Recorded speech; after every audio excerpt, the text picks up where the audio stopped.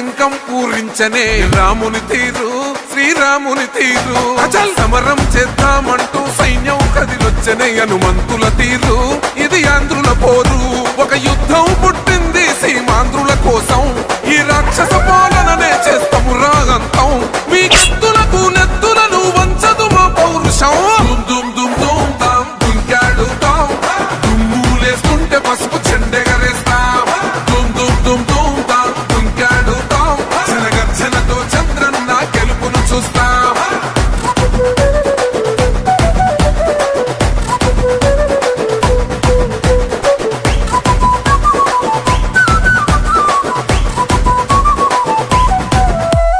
గొంతులు కోసిన కత్తులు లేవా సాక్ష్యం విలవిలలాడుతూ పోయింది రమా ప్రాణం